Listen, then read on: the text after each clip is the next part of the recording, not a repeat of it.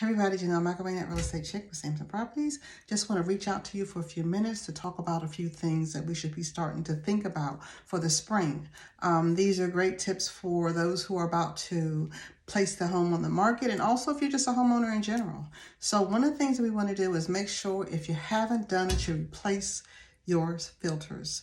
Air filters are so important. Sometimes if you find it, especially when it gets hot, when we don't change our filters, the air can't flow through. And I see one of the main reasons that people end up calling the HVAC technician.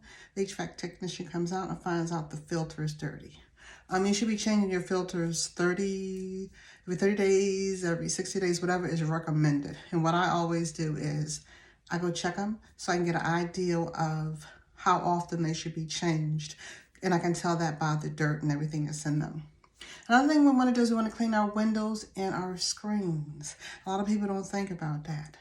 We want to clean our gutters and our downspouts. Remember, trees, leaves, all that debris gets all caught up in. And even if you have the screen shields on them, you need to be careful with that also, because we have those on our home. And what happens is they actually get on top of the screen. So we want to make sure we clear all that off so that we don't have problems with water penetrating through our roofs and through other areas, and that the water is flowing away from the house. And that's the most important thing. You want the water to flow away from the house so that it's not flowing into the foundation. We want to repair any loose shingles or siding.